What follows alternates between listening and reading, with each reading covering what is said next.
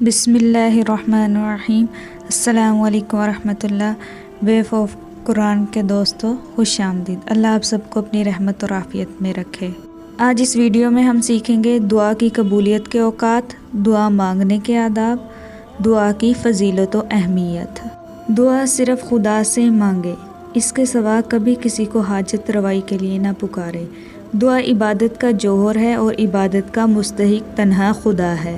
نبی صلی اللہ علیہ وآلہ وسلم کا ارشاد ہے کہ خدا نے فرمایا ہے، میرے بندو، میں نے اپنے اوپر ظلم حرام کر لیا ہے تو تم بھی ایک دوسرے پر ظلم و زیادتی کو حرام سمجھو۔ میرے بندو، تم میں سے ہر ایک گمراہ ہے سوائے اس کے جسے میں ہدایت دوں، بس تم مجھ سے ہدایت طلب کرو، میں تمہیں ہدایت دوں گا۔ میرے بندو، تم میں سے ہر ایک بھوکا ہے سوائے اس شخص کے جسے میں کھلاؤں، بس تم مجھ سے روزی مانگو تو میں تمہیں روزی دوں گا۔ میرے بندو، تم میں سے ہر ایک ننگا ہے سوائے اس کے جسے میں پہناؤں، بس تم مجھ سے لباس مانگو میں تمہیں پہناؤں گا۔ میرے بندو، تم رات میں بھی گناہ کرتے ہو اور دن میں بھی، اور میں سارے گناہ معاف کر دوں گا۔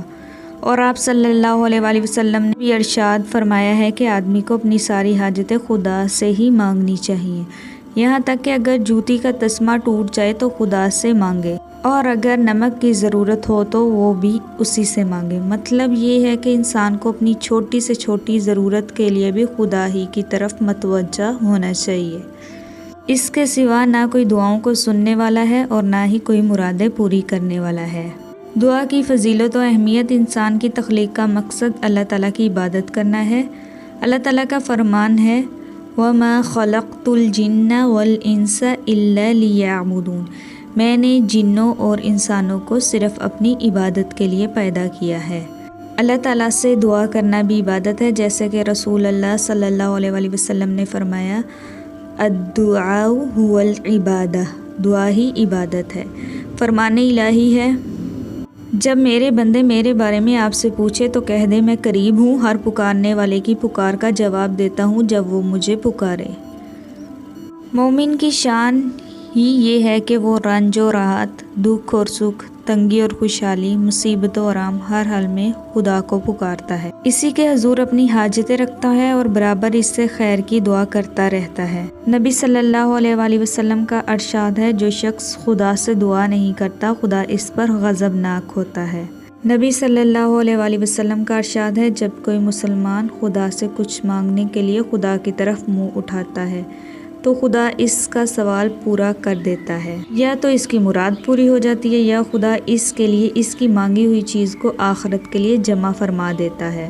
قیامت کے دن خدا ایک بندہ مومن کو اپنے حضور طلب فرمائے گا اور اسے اپنے سامنے کھڑا کر کر پوچھے گا، اے میرے بندے، میں نے تجھے دعا کرنے کا حکم دیا تھا اور یہ وعدہ کیا تھا کہ میں تیری دعا کو قبول کروں گا، تو کیا تو نے دعا مانگی تھی؟ وہ کہے گا، پروردگار مانگی تھی۔ پھر خدا فرمائے گا، تو نے مجھ سے جو دعا بھی مانگی تھی میں نے وہ قبول کی۔ کیا تو نے فلاں دن یہ دعا نہ کی تھی کہ میں تیرا وہ رنج و غم دور کر دوں جس میں تو مبتلا تھا، اور میں نے تجھے اس رنج و غم سے نجات بخشی تھی؟ بندہ کہے گا، بالکل سچ ہے پروردگار۔ پھر خدا فرمائے گا، وہ دعا تو میں نے قبول کر کے دنیا ہی میں تیری آرزو پوری کر دی تھی، اور فلاں روز پھر تو نے دوسرے غم میں مبتلا ہونے پر دعا کی کہ خدایا اس مصیبت سے نجات دے گا، مگر تو نے اس رنج و غم سے نجات نہ پائی اور برابر اس میں مبتلا رہا تھا۔ وہ کہے گا، بے شک پروردگار تو خدا فرمائے گا، میں نے اس دعا کے عوض جنت میں تیرے لیے طرح طرح کی نعمتیں جمع کر کے رکھی ہیں، اور اسی طرح دوسری حاجتوں کے بارے میں بھی دریافت کر کے یہی فرمائے گا۔ پھر نبی کریم صلی اللہ علیہ وآلہ وسلم نے فرمایا، بندہ مومن کی کوئی دعا ایسی نہ ہوگی جس کے بارے میں خدا یہ بیان نہ فرما دے کہ یہ میں نے دنیا میں قبول کی اور یہ تمہاری آخرت کے لیے ذخیرہ کر کے رکھی۔ اس وقت بندہ مومن سوچے گا، کاش میری کوئی دعا بھی دنیا میں قبول نہ ہوتی۔ اس لیے بندے کو ہر حال میں دعا مانگتے رہنا چاہیے۔ دعا مانگنے کے آداب: اخلاص نیت اور پوری توجہ کے ساتھ دعا کرنا، اللہ تعالیٰ کی حمد و ثنا سے آغاز کرنا، دعا کی ابتدا و اختتام پر درود پڑھنا، قبولیت کے یقین کے ساتھ دعا کرنا، اللہ تعالیٰ کے علاوہ کسی اور سے نہ مانگنا، پہلے اپنے لیے پھر دوسروں کے لیے دعا کرنا، اللہ تعالیٰ سے گناہوں کی بخشش طلب کرنا، نعمتوں پر اللہ تعالیٰ کا شکر ادا کرنا، حدیث میں ہے اپنی دعاؤں کے قبول ہونے کا یقین رکھتے ہوئے حضور قلب سے دعا کیجیے، خدا ایسی دعا کو قبول نہیں کرتا جو غافل اور بے پرواہ دل سے نکلی ہو۔ رات کے پچھلے حصے کے سناٹے میں جب عام طور پر لوگ میٹھی نیند کے مزے میں مست پڑے ہوتے ہیں، جو بندہ اٹھ کر اپنے رب سے راز و نیاز کی گفتگو کرتا ہے اور مسکین بن کر اپنی حاجتیں اس کے حضور رکھتا ہے تو وہ خصوصی کرم فرماتا ہے۔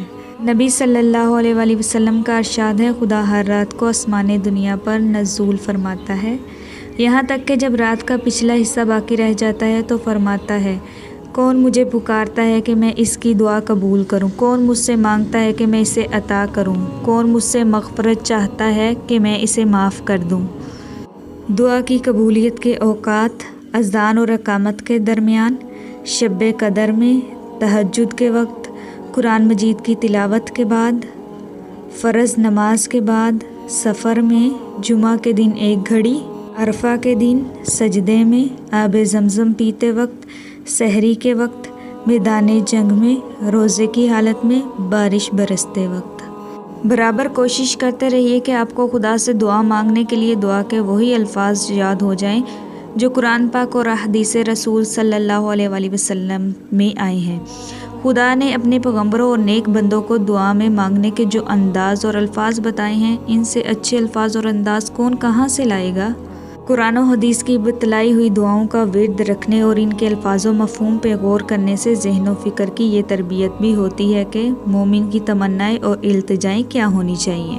بلا شبہ دعا کے لیے کسی زبان، انداز یا الفاظ کی کوئی قید نہیں، بندہ اپنے خدا سے جس زبان اور جن الفاظ میں جو چاہے مانگے، مگر یہ خدا کا مزید فضل و کرم ہے نے یہ بھی بتایا کہ مجھ سے یہ مانگو اور اس طرح مانگو، اور دعاؤں کے الفاظ تلقین کر کے بتا دیے کہ مومن کو دین و دنیا کی فلاح کے لیے کیا نقطۂ نظر چاہیے۔ جب تک آپ کو قرآن و سنت کی یہ دعائیں یاد نہیں ہو، انشاءاللہ تعالی آگے قرآن پاک اور نبی صلی اللہ علیہ وآلہ وسلم کی چند جامع دعاؤں کی ویڈیو بنائی جائے گی۔ ان مبارک دعاؤں کو دھیرے دھیرے یاد کیجیے اور پھر انہی کا ورد کیجیے۔ السلام علیکم۔